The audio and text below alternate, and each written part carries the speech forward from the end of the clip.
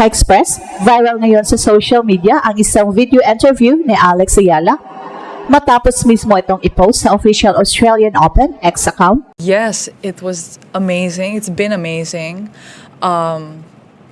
In this part of the world, there are a lot of Filipinos, I know.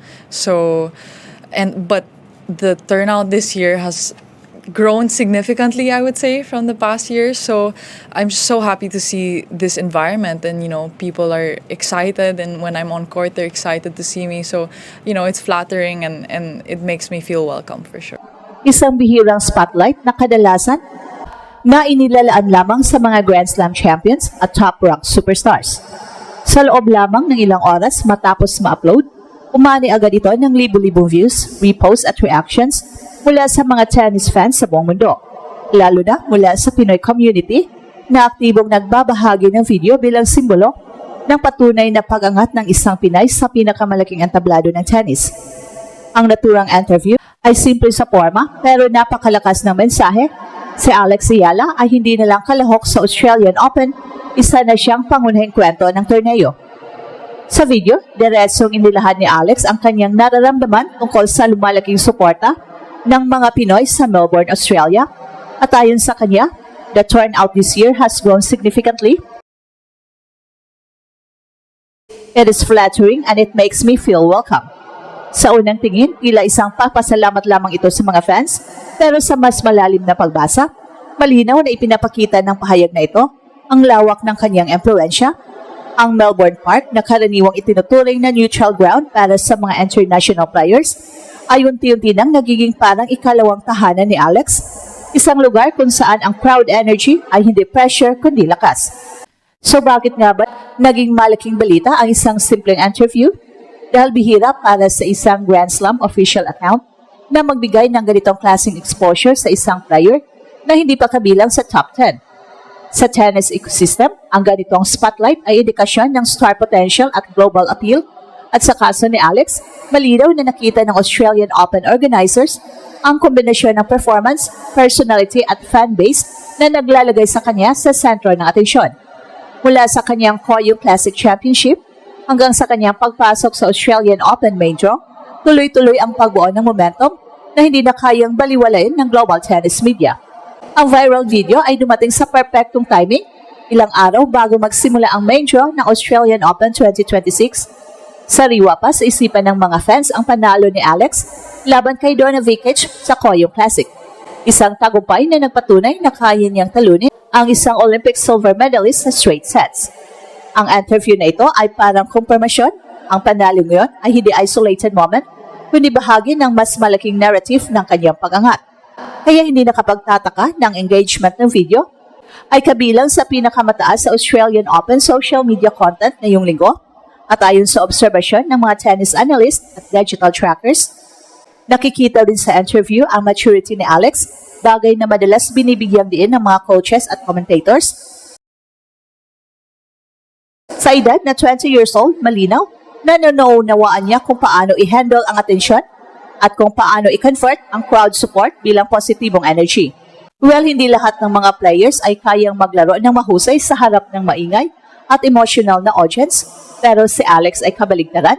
Sa halip na ma-pressure, mas nagiging kalmado at focus siya, isang kalidad na napakahalaga sa Grand Slam environment kung saan bawat punto ay may bigat. Ang konteksto ng Australia bilang venue ay lalo pang nagpapalakas sa epekto ng viral moment na ito. Tinatayang mahigit 400,000 Pinoy ang naninirahan sa Australia at tuwing Australian Open season, ramdam ang kanilang presensya sa Melbourne Park. Para kay Alex, ang crowd na ito ay hindi lamang mga fans, sila ay emotional anchor. Sa interview, ipinahiwatig ni Alex na ramdam niya ang pagkakaiba ng turnout kumpara ng mga nakaraang taon, isang indikasyon na habang tumataas ang kanyang antas, mas lumalawak din ang community na sumusuporta sa kanya. Mahalaga ring tandaan na noong mga nakaraang taon, si Alex ay dumaraan pa sa mga qualifying rounds at madalas ay nasa labas ng pangunahing spotlight. Pero ngayong 2026, papasok si Alex sa Australian Open Main Draw bilang isang established contender na may projected career high ranking. Ang viral interview ay parang simbolikong marker ng transition na yon mula sa promising junior at wildcard hopeful tungo sa isang player na inaabangan na ng mga organizers, mga fans at maging ng kanyang mga kalaban. Sa perspective ng sports psychology, ang ganitong exposure ay may dalawang epekto: confidence boost para sa player at pressure signal para sa mga makakalaban. Kapag nakita ng ibang players ng isang atleta ay sinusuportahan ng malakas na crowd at binibigyan ng prime attention ng tournament organizers, nagbabago ang dynamics ng laban. Hindi na lang ito one-on-one competition, nagiging laban ito sa momentum, narrative at atmosphere. At para kay Alex, malinaw na handa siyang yakapin ang ganitong klaseng sitwasyon. Ang interview ay naglatag din ng mas malaking larawan ng global impact ni Alex Ayala. Hindi na lang siya kilala bilang the Filipino player. Sa draw, unti-unti na siyang nagiging mukha ng bagong henerasyon ng tennis, isang henerasyong multicultural, globally supported at digitally amplified. Ang Australian Open X account mismo ang nagpatunay nito sa pamamagitan ng pagpo-post ng video, isang hakbang na nagpapakita ng kumpiyansa nila sa marketability at relevance ng kwento ni Alex Ayala. Para sa mga Pinoy fans, ang viral moment na ito ay higit pa sa simpleng Pinoy pride, isa itong patunay na ang suporta ng isang bansa kahit na sa diaspora ay may tunay na epekto sa world stage. Sa bawat share at bawat comment, mas lalo pang lumalakas ang Ayala effect, isang momentum kung saan ang performance sa court ay sinasabayan ng digital at emotional backing mula sa mga fans, at sa modernong tennis kung saan mahalaga ang mental resilience at confidence, ang ganitong klaseng suporta ay maaring maging game changer. At habang papalapit ang unang laban sa Australian Open main draw, malinaw na ang viral interview na ito ay nagsisilbing psychological boost para kay Alex. Ang mensahe ay malinaw, hindi siya nag-iisa. Ang bawat hakbang niya sa Melbourne Park ay sinasamahan ng boses ng mga Pinoy na naniniwala sa kanya. Sa ganitong sitwasyon, ang pressure ay nagiging privilege, isang pribilehiyong ipinagkakaloob lamang sa mga manlalarong may kakayahang magdala ng kwento na mas malaki kaysa sarili nila. Well, sa kabuuan, ang viral video interview na ito ay hindi lamang isang social media highlight, isa itong malinaw na senyales na si Alex ay nasa gitna na ng global tennis conversation. Sa mata ng Australian Open, ng international fans at ng buong Pilipinas, siya ay hindi na rising star lang, isa na siyang pangunahing bida sa isang Grand Slam na handang sumakses sa susunod na yugto ng kanyang paglalakbay. At habang patuloy na umiingay ang suporta sa Melbourne, isang bagay ang tiyak, ay mundo ay gising na at lahat ay nakatingin kay Alex Ayala. Ang viral interview ni Alex na ibinahagi mismo ng Australian Open X account ay higit pa sa isang feel-good moment. Isa itong malinaw na patunay na ang isang Pinay ay isa na ngayong sentro ng atensyon sa pinakamalaking entablado ng tennis. Hindi lang ito tungkol sa views o shares, kundi sa mensaheng ipinapadala nito sa buong mundo.